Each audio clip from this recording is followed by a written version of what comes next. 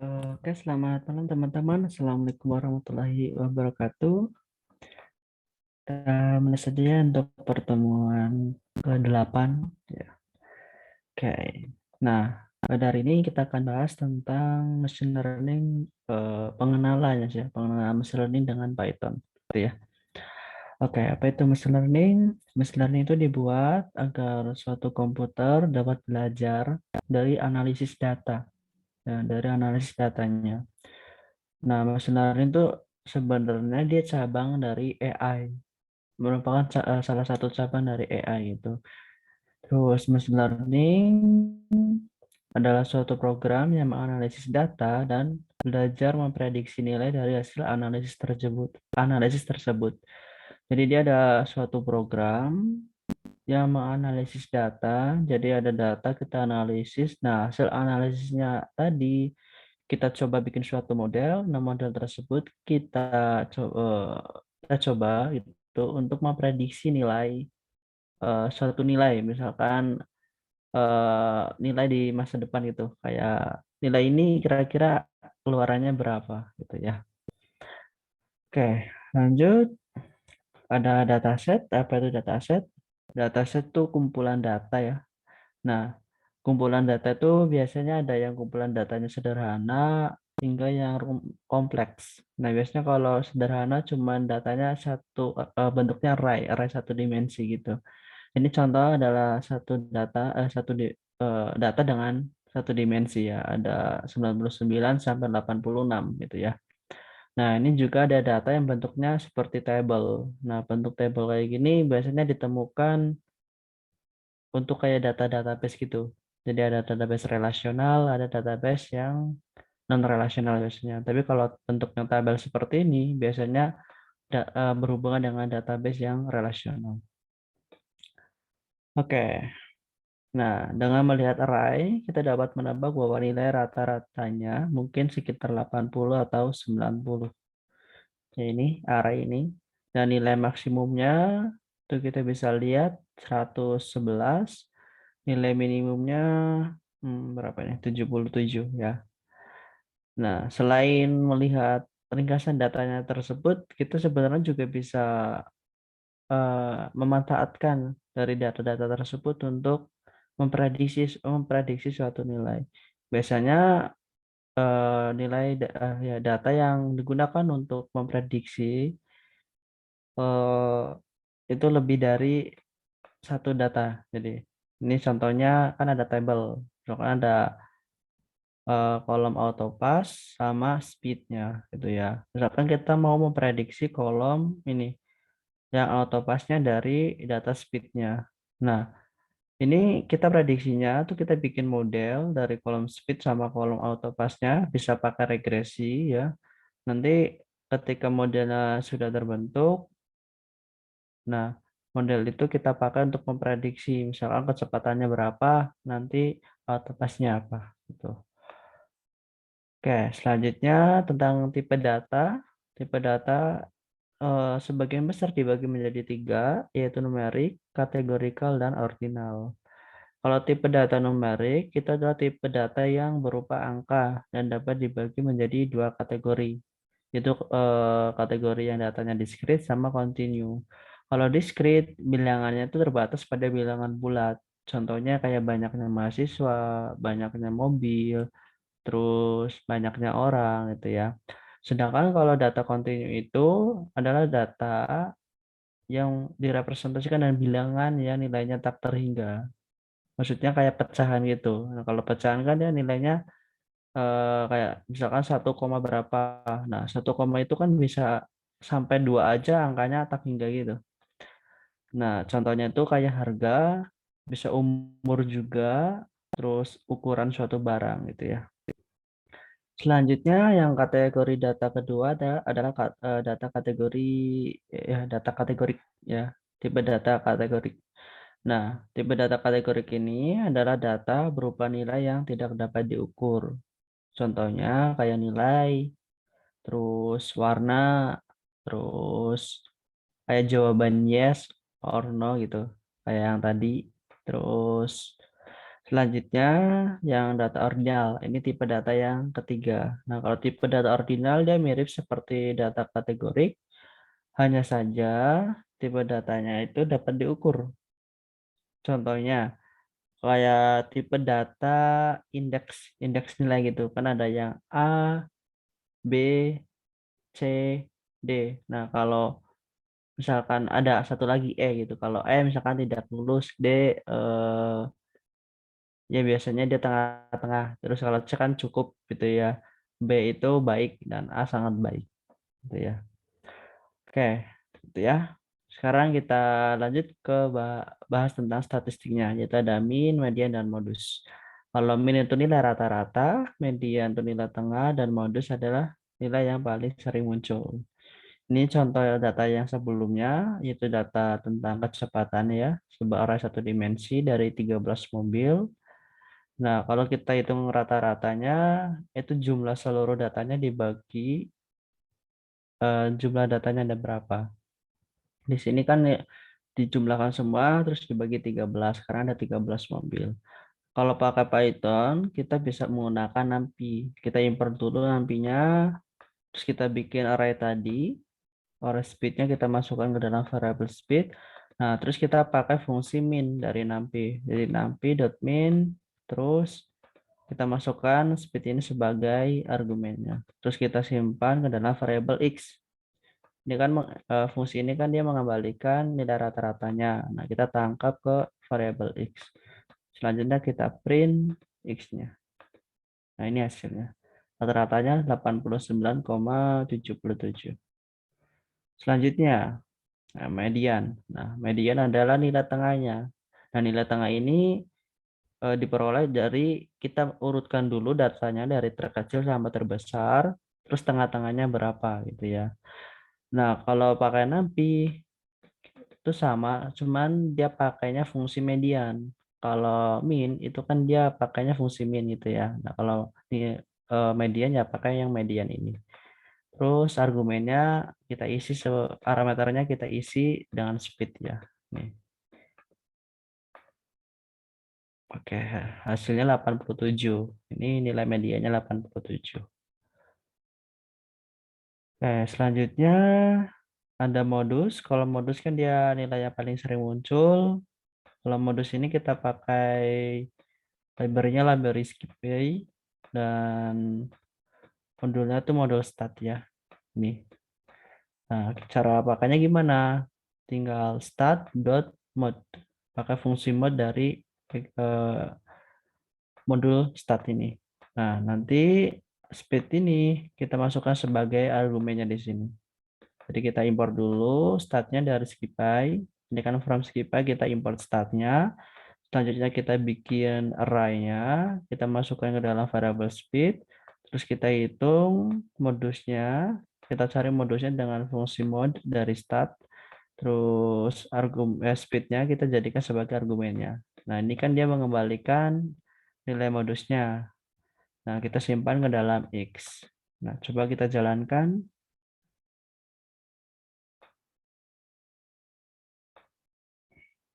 Oke. Kayaknya ini lambat karena sebelumnya belum diimport. Oke, ini sudah keluar. Jadi ini muncul modusnya 86 dan jumlahnya ada 3. Gitu ya. Oke, selanjutnya yang tadi. Sorry. Selanjutnya tentang standar deviasi. Apa itu standar deviasi? Standar deviasi adalah angka yang menggambarkan seberapa persebarannya nilai-nilai di kumpulan angka tersebut. Nah, standar deviasi yang rendah berarti bahwa sebagian besar angka mendekati nilai rata-ratanya. Terus standar deviasi yang tinggi berarti bahwa nilai-nilai itu tersebar pada rentang yang lebih luas. Jadi jangkauannya lebih besar lah gitu ya dibandingkan dengan standar deviasi yang kecil. Nah, standar deviasi itu sering direpresentasikan dengan simbol sigma. Terus standar deviasi pakai sigma ini. Nah, contoh data kecepatan 7 mobil itu Ini ada speednya, terus ada standar deviasinya 0,9, artinya sebagian besar nilainya itu berada pada kisaran 0,9 dari nilai rata-ratanya yaitu 86,4. Jadi kisaran nilainya itu berada di rentang 86,4 kurangi 0,9 sampai 86,4 ditambah 0,9. Itu kisaran angkanya. Sebagian besar angkanya ada di situ, gitu ya.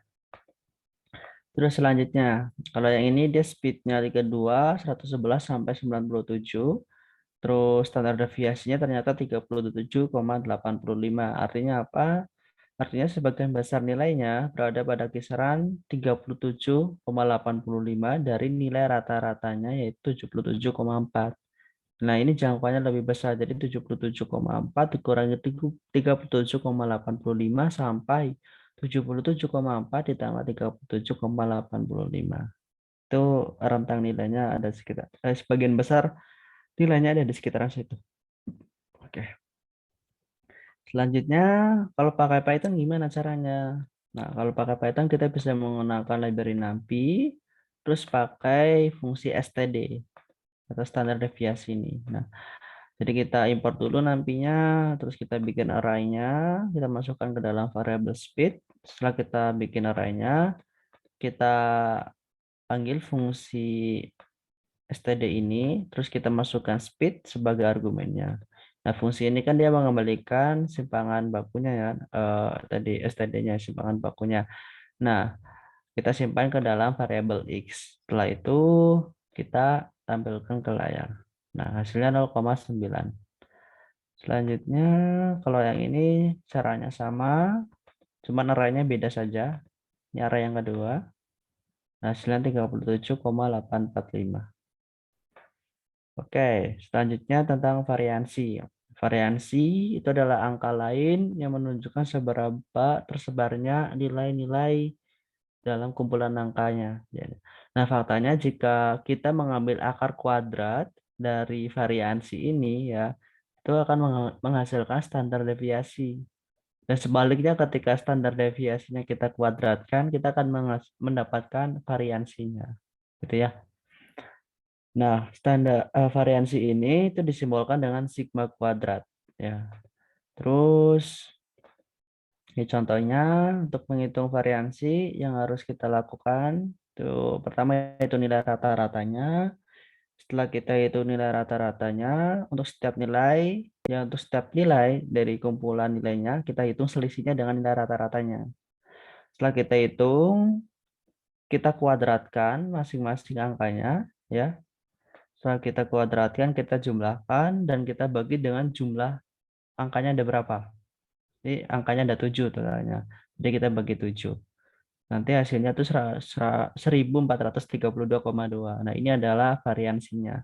Nah, kalau kita akar, itu hasilnya nanti adalah simpangan bakunya. Gitu ya. Nah, untuk di NumPy sendiri kita pakai fungsinya fungsi var ini. Jadi kita import dulu NumPy-nya, terus kita bikin array-nya, kita simpan dalam variable speed. Setelah itu kita panggil fungsi var, terus kita gunakan speed ini sebagai argumennya dan kita simpan hasilnya ke dalam variable x. Selanjutnya kita tampilkan ke layar.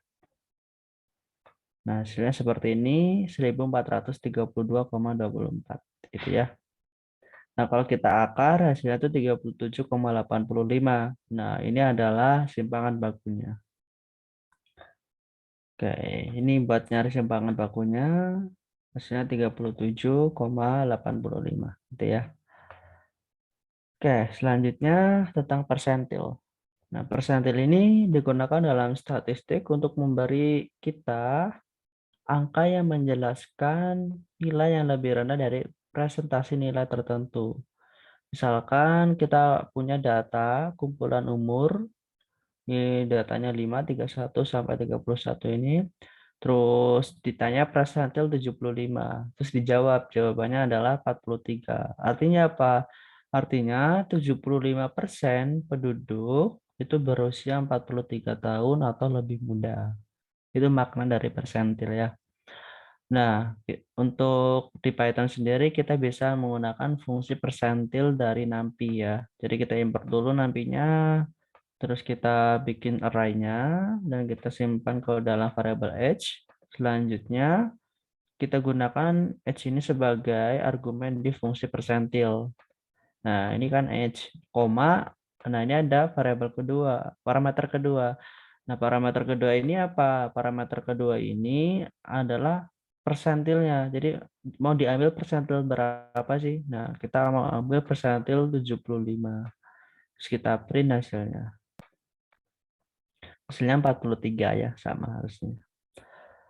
Oke, terus kita coba cari ini berapa usia di mana 90% orang lebih muda dari usia tersebut. Berarti kan dia persentil 90 ya. Nah, kita pakai fungsi persentil terus age, 90. Hasilnya 61. Tuh. Oke, selanjutnya tentang distribusi data. Sebelumnya kita telah bekerja dengan jumlah data yang sangat kecil untuk memahami konsep yang berbeda. Nah, di dunia realnya, kumpulan data tuh jauh lebih besar. Tetapi mungkin sulit untuk mengumpulkan data di dunia nyata, setidaknya pada tahap awal prosesnya. Jadi pengumpulan data itu biasanya tahapnya agak lama. Nah, untuk memperoleh data random atau data dummy, kita bisa memanfaatkan NumPy, library NumPy. Itu ada beberapa metode yang memungkinkan kita untuk menghasilkan beberapa data yang ya yang random gitu. Nah, di sini contohnya kita pakai fungsi modul random ya, terus pakai fungsi uniform. Nah, uniform ini itu untuk membentuk ya sebuah array ini dari 0 sampai 5 sebanyak 250 data ya. Jadi dia bikin 250 data dan datanya tuh isinya dari 0 sampai 50 sampai 5 bukan 50. Nah, tipe datanya tuh uniform. Artinya nanti sebarannya akan rata gitu. Coba kalau kita tampilkan, nah ini array-nya dia terpotong, ini ada sebanyak 250 data. Terus kalau datanya ini kita tampilkan pakai histogram, nah pakai plt.is ya dari matplotlib untuk menampilkan histogramnya, terus jumlah barnya itu 5. Nah, ini hasilnya. Nah, ini sebaran datanya hampir sama gitu. Nah, ini yang namanya uniform. Jadi sebarannya hampir rata gitu. Nah, kalau kita coba jalankan lagi, dia akan histogramnya bentuknya beda lagi. Karena dia ini random, dia acak gitu ya. Oke, selanjutnya distribusi data yang besar. Array yang berisi 250 nilai itu tidak dianggap terlalu besar. Tapi sekarang kita tahu lah cara untuk membuat kumpulan data, ya, data dummy-nya dengan NumPy ya.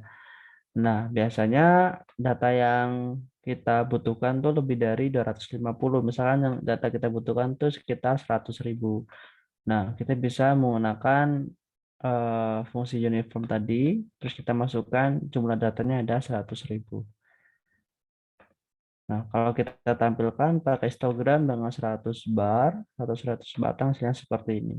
Nah, ini distribusinya hampir merata seperti ini. Itu ya. Oke, selanjutnya ada distribusi data normal. Kalau yang tadi tuh kita pakainya distribusi data uniform, artinya dia hampir sama rata lah datanya. Nah, kalau distribusi data normal, itu sebaran datanya nggak merata. Biasanya dia akan terkonsentrasi ke nilai rata-ratanya. Nah, ini kita pakainya tuh fungsi normal. Kalau di NumPy ya. Nah, kita import dulu NumPy-nya sama matplotlib-nya untuk visualisasinya. Terus kita panggil fungsi normal dari random ya. Jadi numpy.random.normal. Terus kita masukkan 5, 1. Artinya dia rata-ratanya 5. Simpangan bakunya itu 1. Dan kalau datanya itu mau kita ambil sebanyak 100.000 data. Habis itu kita tampilkan pakai plt.dis, artinya kita tampilkan histogramnya sebanyak 100 bar. Kalau kita tampilkan hasilnya seperti ini. Nah, bentuknya seperti lonceng dan datanya itu terkonsentrasi di sini, di tengah-tengah. 5 di 5 ini. Kan 5 rata-ratanya. Terus ini 4, ini 6, terus simpangan bakunya. Jadi 4, 6, jadi 5 kurang sampai 4, 5 sampai 6. Oke.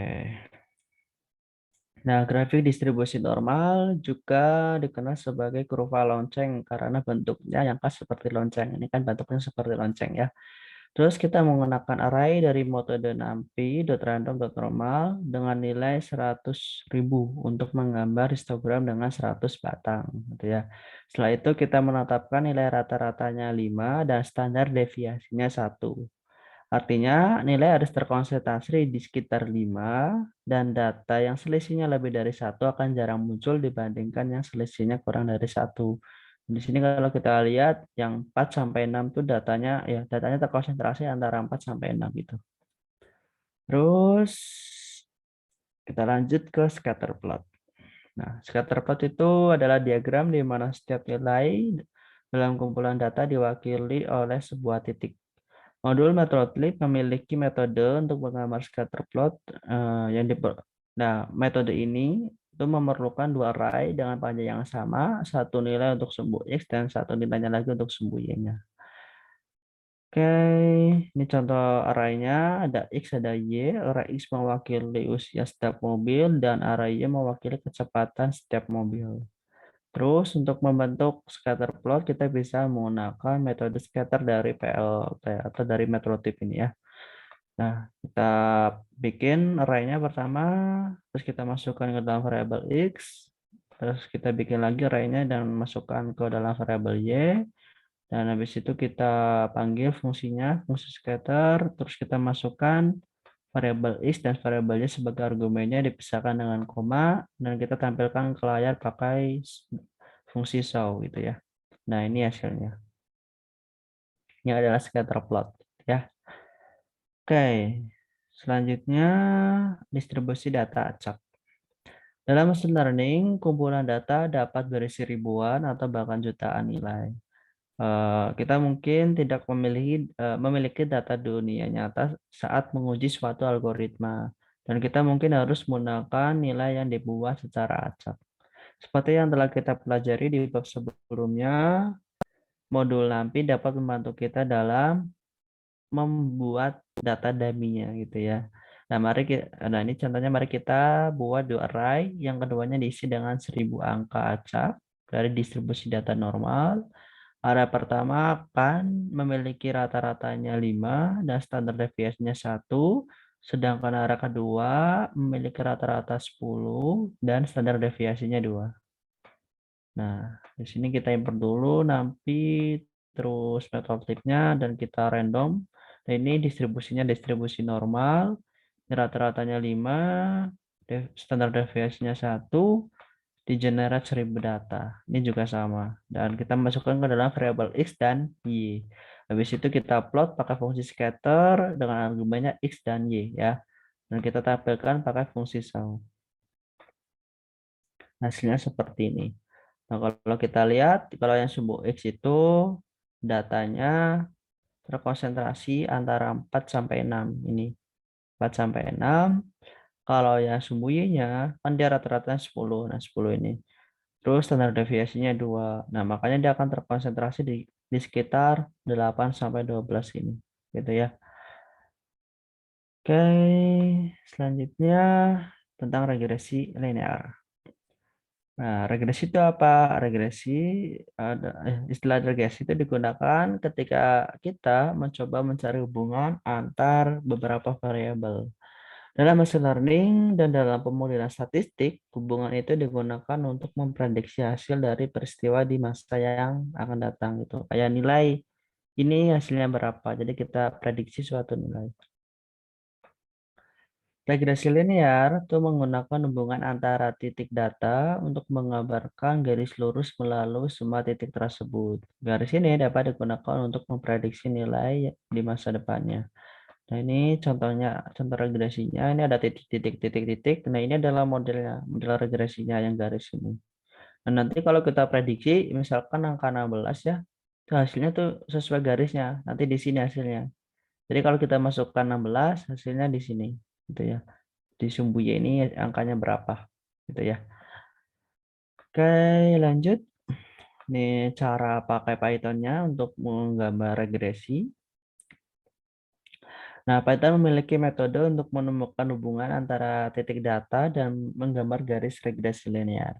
Kita akan menggunakan metode ini daripada melalui menghitung menghitung matematikanya.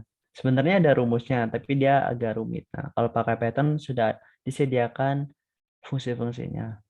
Nah, pada contoh di bawah ini, sumbu X itu mewakili usia dan sumbu Y mewakili kecepatan.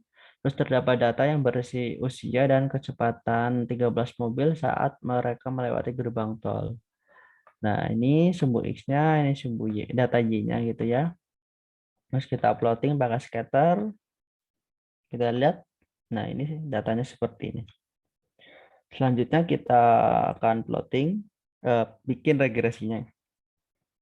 Pertama kita import dulu metodenya dan kita import ini stat dari Skipy. Terus ini buat apa? Itu untuk menggambar garis regresi linearnya. Dan kita bikin array-nya, kita simpan ke dalam variabel X. Dan ini juga kita bikin array-nya dan kita simpan ke variabel Y. Nah, kita panggil metode line regress atau linear regression dan mengembalikan beberapa nilai yang penting dari regresi linear, yaitu ada slope atau gradiennya ya, kemiringannya gitu. Terus ada intercept-nya, ada R, ada P, terus ada standar error-nya. Oke, terus kita masukkan variabel X dan variabel Y-nya sebagai argumennya di fungsi line regress-nya ya. Habis itu kita bikin fungsi, nah fungsi ini untuk representasi fungsinya. Jadi kita pakai slope ini dan intercept-nya untuk membuat sebuah fungsi. Fungsinya tuh kan ya ini kan dia satu linear regressionnya, regresi linear. Jadi dia bentuknya satu garis gitu. Ya, bentuknya jadi Y sama dengan MX plus C. Karena dia garisnya garis lurus gitu ya. Jadi Y sama dengan MX plus C. M-nya itu dia kemiringannya, slope-nya ini, gradiennya, dan C-nya itu intercept-nya. Nah, makanya dia return slope dikali X. X itu nanti data yang akan kita prediksi sebenarnya. Ditambah intercept-nya. Oke, selanjutnya kita mulai plotting di sini. Pertama kita map dulu my function pakai fungsi ini dan datanya dari X ini. Nah, terus kita konversi ke list. Setelah kita konversi ke list, kita simpan ke dalam my model. Dan kita plotting di sini. Pertama kita plotting scatternya, habis itu kita pakai plot biasa. Ini plot yang line plot gitu, yang garis, plotnya garis. Ini X-nya sebagai sumbu X-nya, di variabel X-nya, dan my model sebagai sumbu Y-nya. My model tuh yang ini, hasil mapping dari data X ke my function-nya. Jadi kayak X-nya 5, hasilnya berapa, X-nya 7, hasilnya berapa, X-nya 8, hasilnya berapa, X-nya 7, hasilnya berapa, nanti kita bikin list dan kita simpan ke dalam my model, terus kita plot di sini. Nah, hasilnya seperti ini. Ini garisnya adalah modelnya. Itu ya, hasil regresinya. Selanjutnya kita berkenalan dengan R for relationship. Nah, penting untuk diketahui bagaimana hubungan antara nilai sumbu X dan nilai sumbu Y. Jika tidak ada hubungan, maka regresi linear tidak dapat digunakan untuk memprediksi apapun. Nah, hubungan ini itu biasanya dikenal sebagai koefisien korelasi atau R. Nah, nilai R itu berkisar dari -1 sampai 1, di mana 0 itu berarti tidak ada hubungan sama sekali antara data tersebut, dan ketika dia mendekati 1 atau -1 berarti ada hubungannya itu ya. Kalau nilainya sempurna 1, itu dia hubungannya 100% saling berkaitan. Nah, kita bisa memanfaatkan modul SkipPy untuk menghitung nilai R-nya gitu ya. Nah, di fungsi sebelumnya yang line regress ini, dia kan mengembalikan R juga ya. Nah, R ini adalah R for relationship ini ya, atau koefisien korelasinya. Coba kita print R-nya, dan hasilnya adalah minus 0,75 atau 76 kita bulatkan. Nah, ini menunjukkan bahwa ada hubungan meskipun tidak sempurna. Tapi ini menunjukkan bahwa kita dapat menggunakan regresi linear dalam memprediksi nilai di masa depannya. Ya, kalau dia nilainya negatif, ini ya R-nya itu artinya satu datanya naik, satu datanya malah turun gitu. Ketika satu datanya membesar, satu datanya itu turun. Kalau kita lihat di sini kan ya, ketika X-nya membesar, nilai sembunyinya dia turun gitu ya, itu negatif. Kalau positif tuh naik, satunya naik, yang lain juga naik. Oke, selanjutnya tentang memprediksi nilai. Sekarang kita dapat menggunakan informasi yang telah kita kumpulkan untuk memprediksi nilai di masa depan. Contohnya, mari kita coba meramal kecepatan mobil berumur 10 tahun. Nah, kita bisa memanfaatkan fungsi myfunction yang tadi kita buat. Nah, ini fungsi myfunction-nya, terus kita panggil myfunction. Nah, kita masukkan 10 sebagai argumennya dan kita tangkap hasilnya ke variabel speed ini. Terus kita print hasilnya. Nah, hasilnya itu adalah 85,59. Nah, pada contoh ini kita memprediksi usia mobil 10 tahun itu memiliki kecepatan kira-kira pada 85,6. Oke, selanjutnya ini adalah kasus yang buruk gitu ya. Ini contoh variabel X-nya, ini variabel Y-nya. Terus ini kita hitung regresi linearnya.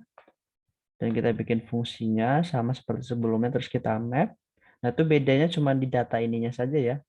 Data X sama data Y-nya. Terus kalau kita tampilkan hasil regresinya, seperti ini. Ini titik-titiknya sangat tersebar, cuman garisnya lurus.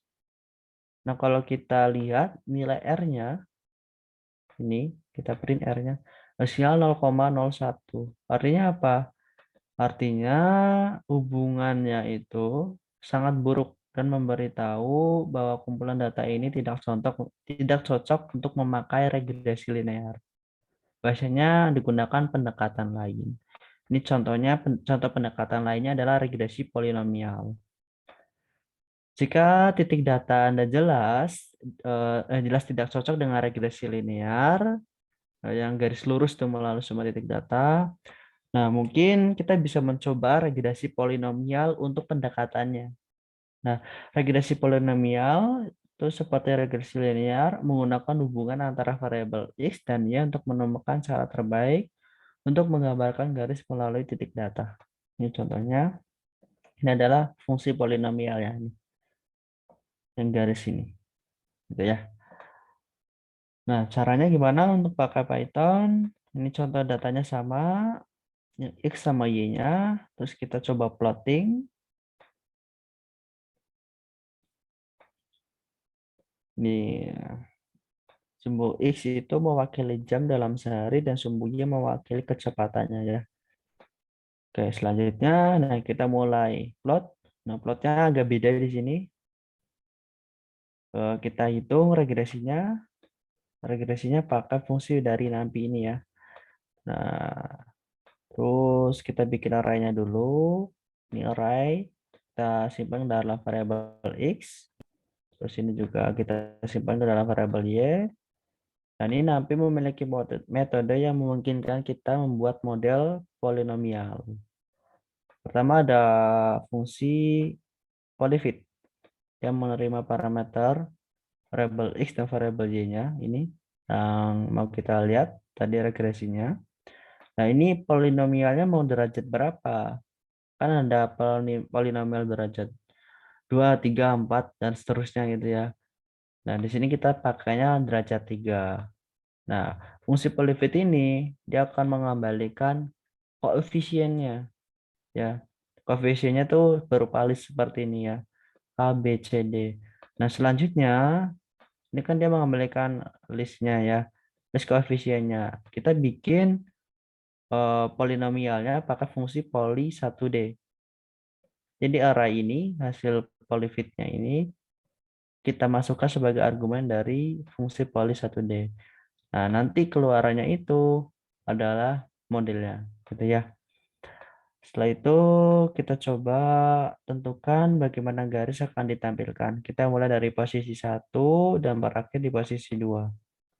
Terus datanya ada 100 gitu ya. Dan ini buat plotting pakai scatter X, Y. Dan ini buat plotnya myland, my model, myland. Nah, mylandnya diambil dari sini.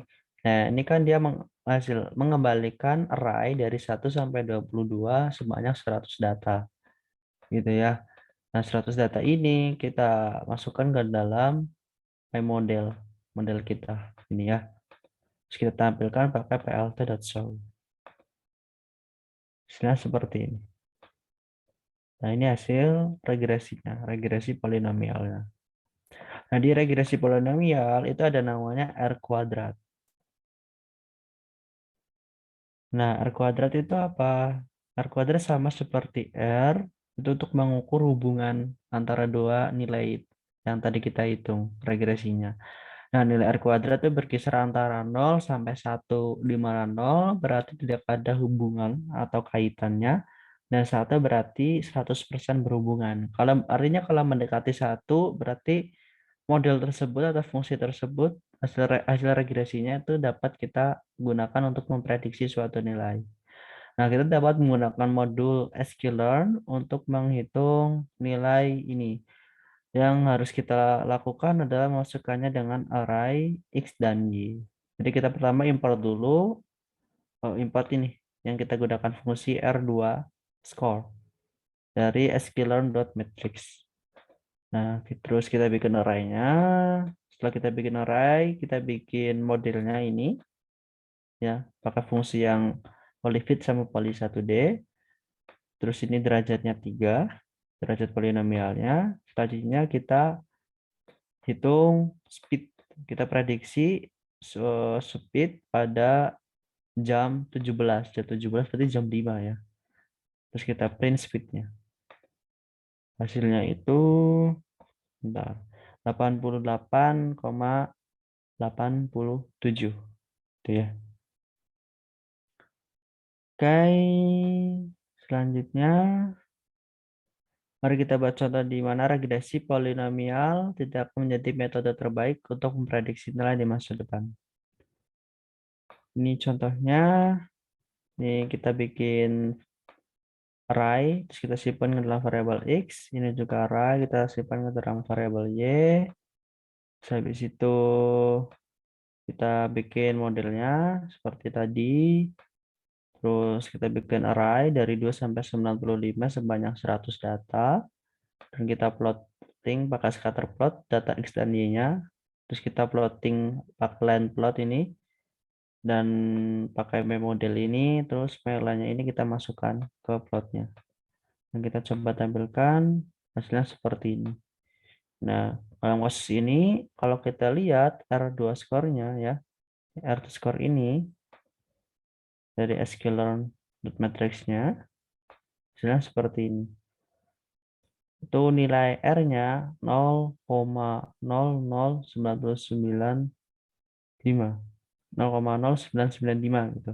Nah, artinya apa? Artinya itu hubungannya sangat buruk dan memberitahu kita bahwa kumpulan data ini tidak cocok untuk regresi polinomial. Nah, R2 score ini dia menerima parameter Y, data aslinya ini, yang Y, sama data hasil dari fungsi modelnya. Jadi model X kan nanti dia akan menghasilkan hasil prediksi sesuai dengan fungsi model ini dari data-data X-nya. Nah, kita bandingkan dengan data asli Y-nya gitu ya. Nah, hasilnya tuh ternyata 0,0995. 0,00995. Hasilnya jelek banget itu. Oke, selanjutnya ada regresi berganda atau multiple regression. Regresi berganda seperti regresi linear, tetapi dengan lebih dari satu nilai independen. Independen itu artinya nilai yang bebas, gitu ya. Kan ada variabel terikat, ada variabel yang bebas. Nah, variabel terikat itu y-nya ya. Kalau variabel bebasnya itu x-nya ya, independen itu x-nya gitu. Terus lihatlah kumpulan data di bawah ini berisi beberapa informasi tentang mobil. Ada CO2, ini emisi CO2-nya, ada beratnya, ada volume, ada model, ada mobilnya apa gitu. Oke, lanjut. Terus gimana cara implementasinya? Ini contohnya. Bentar. Contohnya tuh kita mau memprediksi CO2 dari mobil, emisi CO2 itu berdasarkan ukuran mesin, tetapi dengan regresi berganda. Kita dapat memasukkan lebih banyak variabel, tidak hanya ukuran mesinnya. Kita bisa memasukkan misalkan berat sama volumenya. Tuh, ini kita contohkan ya. Di sini pakai Python. Nah, di sini pakai linear model dari sklearn. Kita import dulu linear modelnya untuk membuat tadi yang untuk nanti regresinya, regresi bergandanya. Terus kita baca file cars.csv yang ini cars.csv. Setelah kita baca pakai pandas, nah kita ambil kolom wax sama kolom volumenya. Ya, data pada kolom wax sama kolom volumenya. Terus kita ambil juga data pada kolom CO2 dan kita masukkan ke dalam variabel X dan Y-nya. Nah, ini adalah variabel independennya dan ini variabel dependennya. Selanjutnya dari modul sklearn kita akan menggunakan metode linear regression untuk membuat objek regresi linear. Nah, objek ini memiliki metode yang disebut fit yang mengambil nilai independen dan dependen sebagai parameter dan mengisi objek regresi dengan data yang menjelaskan hubungannya. Nah, ini ada linear model, linear regression. Ini kita bikin suatu objek reg dari ini ya. Nah, objek ini kita panggil suatu metode yaitu fit dari objek reg ini. Nah, kita hitung regresinya di sini dari X ini, data X-nya sama data Y-nya.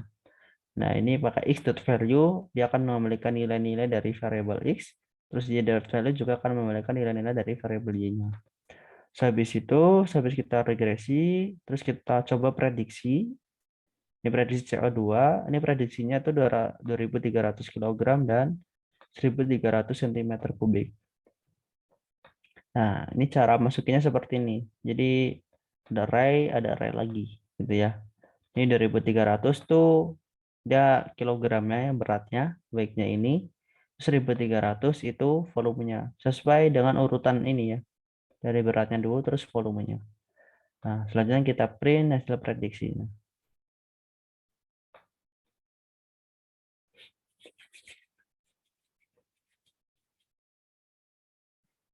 Nah, hasilnya 107,2. Nah, artinya apa? Artinya kita perkirakan mobil dengan mesinnya 1,3 liter ini, terus beratnya 2.300 kg, akan melepaskan sekitar 107 gram CO2 untuk setiap kilometer yang dikendarainya. Gitu ya. Oke, selanjutnya ada koefisien. Koefisien adalah faktor yang menggambarkan hubungan dengan variabel yang tidak diketahui. Contoh, jika X adalah variabel, maka 2X adalah 2 kali dari X. X adalah variabel yang tidak diketahui dan angka 2 adalah koefisiennya. Dalam hal ini, kita dapat menanyakan nilai koefisien dari weight terhadap CO2 dan untuk volume terhadap CO2. Jawabannya kita dapatkan memberitahu kita apakah yang akan terjadi jika kita menambah atau mengurangi salah satu nilai yang independen. Nah, kita coba lihat di sini pakai reg.coef ya. Jadi di objek reg ini ya, itu ada metode coef ya. Jadi kita bikin objeknya dulu di sini pakai linear model dot linear regression. Setelah itu kita lakukan regresi dari variabel x dan y-nya di sini, dan kita print koefisiennya. Nah, koefisiennya di sini 0,0075 dan ini 0,0078. Nah, artinya apa? Artinya itu ini. Nilai-nilai ini memberitahu kita bahwa jika berat bertambah 1 kg, emisi CO2 meningkat sekitar 0,00755 gram. Dan jika ukuran mesin volume bertambah 1 cm kubik, maka emisi CO2 meningkat sebesar 0,0078 gram. Seperti itu ya. Oke, terus selanjutnya ada skala. Suatu data yang memiliki nilai yang berbeda maupun unit pengukuran berbeda akan sulit untuk dibandingkan. Misalnya perbandingan kilogram dengan meter, ketinggian dengan waktu. Nah, solusi dari masalah ini adalah penskalaan. Kita dapat menskalakan data menjadi nilai baru yang lebih mudah untuk dibandingkan. Terus kita coba lihat tabel di bawah ini. Ini adalah kumpulan data yang sama yang kita gunakan di bab regresi berganda. Tetapi kali ini kolom volume berisi nilai dalam liter, bukan sentimeter kubik. Ini yang kelas 2. Jadi kolom volumenya itu berdasarkan liter, bukan sentimeter kubik. Nah, coba kalau kita tampilkan datanya, hasilnya seperti ini. Ini volumenya dalam liter. Nah, akan sulit untuk membandingkan volume 1 dengan berat 790. Tetapi jika kita menskalakan keduanya menjadi nilai yang sebanding, kita dengan mudah dapat membandingkannya gitu. Nah, ada beberapa metode untuk menskalakan data, dan dalam tutorial ini kita akan menggunakan metode yang disebut standarisasi. Nah, formulanya seperti ini. Z adalah hasil skalanya.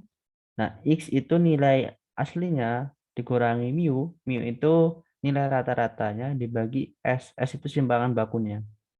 Ya. Kan tadi simbolnya ada yang sigma, ada yang ya ada sigma. Sigma sama S apa bedanya dong? Sigma kan dia simpangan baku juga, S juga simpangan baku.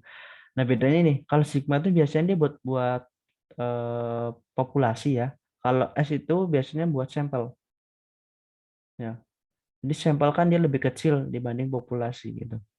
Nah, sampel itu diambil dari populasi gitu ya. Jadi S itu buat sampel, kalau yang sigma itu buat populasi. Oke, selanjutnya Python memiliki modul sklearn yang di dalamnya terdapat metode yang disebut standar scalar. Nah, metode ini akan mengembalikan sebuah objek scalar dengan metode untuk memodifikasi kumpulan data. Nah, jadi kita import dulu, ini pandas buat baca datanya. Terus kita import ini standar scalar dari sklearn.preprocessing. Terus kita bikin objeknya dari standar scalar. Nah, ini objeknya adalah objek scale. Ini adalah objeknya. Terus kita baca datanya cars2.csv, dan kita ambil sumbu x dan sumbu y-nya. Habis itu coba kita skalakan ya. Nah, skalanya pakai scale.fitTransform. Ini adalah metode dari objek scale ini yang kita buat sebelumnya.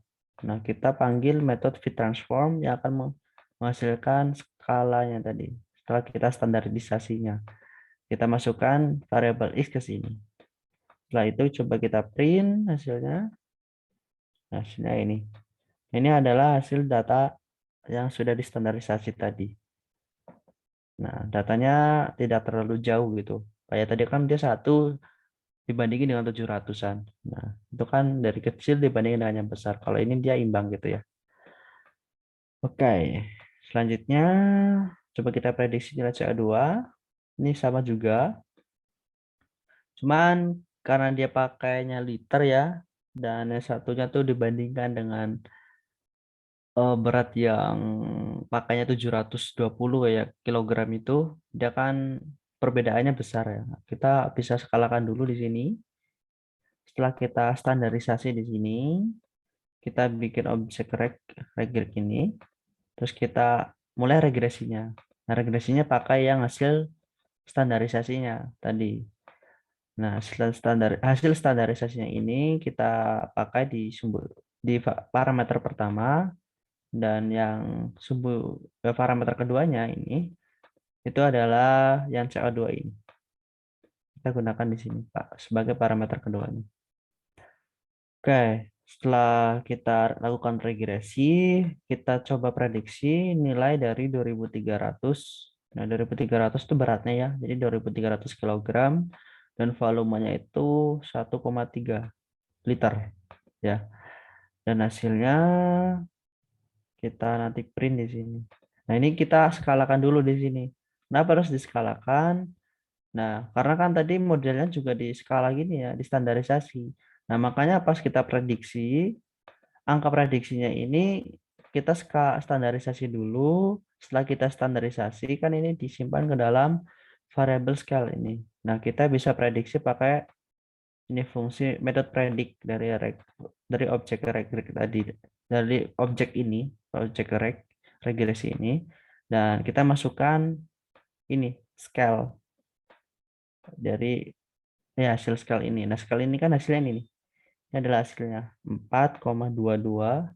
Jadi ini negatif 0,811. Dia kan array dalam array gitu. Nah, makanya di sini kita panggil scale 0 gitu ya. Terus kita prediksi nilainya. Kita print nilainya di sini. Nah, hasilnya 107,208. Ini adalah hasil prediksinya. Itu ya. Oke, selanjutnya ada train, ada tes. Apa itu train, apa itu tes? Dalam machine learning, kita membuat model untuk memprediksi hasil dari peristiwa tertentu. Seperti pada bab sebelumnya, di mana kita memprediksi emisi CO2 mobil ketika kita mengetahui berat dan ukuran mesinnya. Untuk mengukur apakah model cukup baik, kita dapat menggunakan metode yang disebut train. Train atau tes adalah metode untuk mengukur keakuratan model yang kita buat. Disebut train atau tes karena kita membagi datasetnya menjadi dua bagian, yaitu set untuk train dan set untuk tesnya.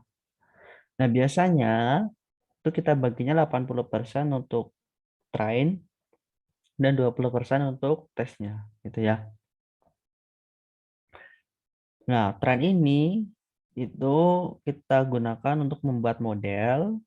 Sedangkan tes model itu berarti menguji keakuratan modelnya, gitu ya. Nah, ini contoh, enggak ini berarti 100 data. Pada dataset berikut menggambarkan 100 pelanggan di sebuah toko dan kebiasaan belanja mereka. Jadi pertama dia random dulu, pakai distribusi normal. Kita bikin data ya, data dummy. Rata-ratanya 3, standar deviasinya 1 sebanyak 100 data. Ini juga sama, 150 rata-ratanya, terus standar deviasinya 40 sebanyak 100 data. Kalau coba kita tampilkan, ya seperti ini. Ini adalah scatter plotnya. Nah, sumbu X itu di sini menunjukkan jumlah menit sebelum melakukan pembelian dan sumbu Y mewakili jumlah uang yang dihabiskan untuk pembelian.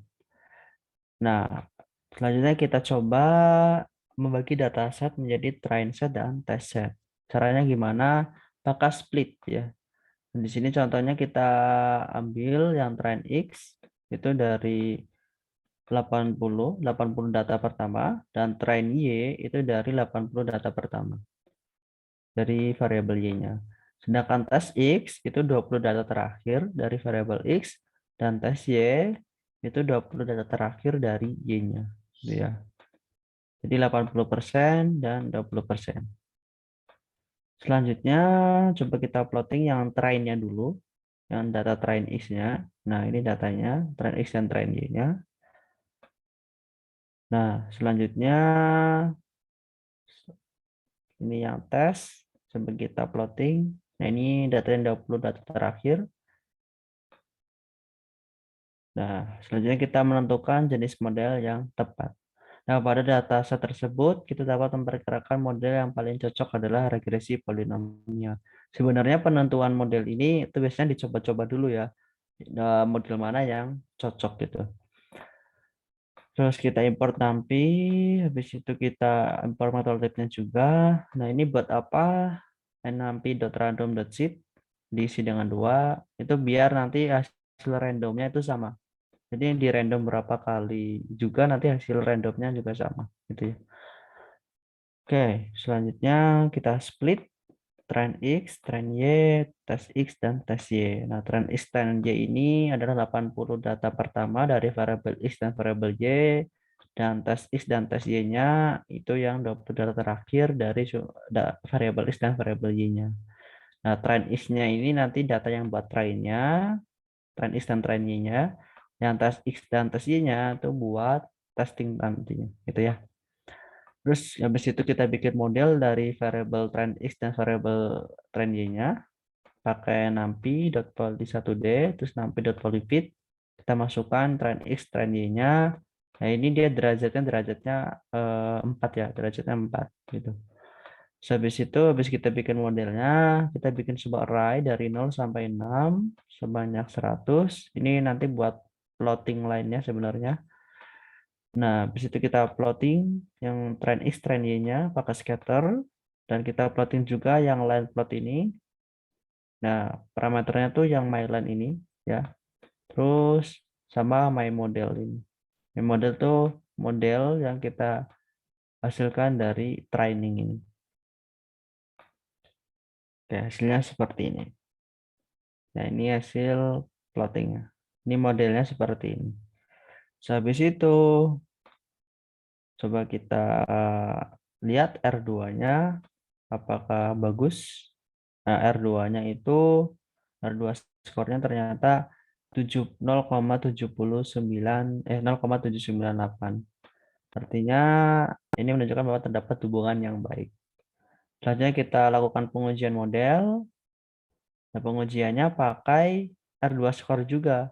Tapi di sini kalau yang tadi R2 score ini kan dia pakai data trainnya ya. Nah, untuk pengujian kita pakai data testingnya yang sudah kita split sebelumnya. Jadi tes Y sama tes X di sini. Kalau kita tampilkan hasilnya 0,8. Artinya apa? Artinya model tersebut menunjukkan cocok dengan set pengujian sehingga kita dapat menggunakan model tersebut untuk memprediksi suatu nilai. Habis kita train dan kita tes, kita dapat gunakan hasil modelnya tersebut untuk memprediksi nilainya. Nah, contohnya di sini kita print prediksi ini. Misalkan kita ingin memperkirakan berapa banyak uang yang akan dibelanjakan oleh pelanggan yang membeli jika dia berada di toko selama 5 menit. Jadi kita masukkan 5 ke dalam model yang tadi kita buat. Habis itu kita print hasilnya. Hasilnya 22,87. Nah, contoh tersebut memperkirakan pelanggan menghabiskan $22,88 seperti yang terlihat pada diagram ini. Diagram yang ini harusnya. Ini kalau kita lihat 5 menit itu di sekitar sini. Itu 22,8 gitu ya. Oke, untuk materi ini cukup sampai di sini saja. Nanti materinya saya share di Telegram ya, yang ini. Oke, apakah ada pertanyaan terlebih dahulu? Oh ya, teman-teman bisa baca materi lanjutannya yang machine learning ini ya. Ini yang lebih advance. Nanti teman-teman bisa belajar tentang beberapa metode machine learning-nya. Ini yang prediksi pakai SVM, ada yang pakai logistic regression, ada pakai yang decision tree dan lain-lain. Gitu ya. Nanti teman-teman bisa baca di sini. Oke, apakah ada pertanyaan terlebih dahulu? Oke, kalau tidak ada pertanyaan, kita cukupkan sampai di sini. Terima kasih teman-teman. Selamat malam. Assalamualaikum warahmatullahi wabarakatuh.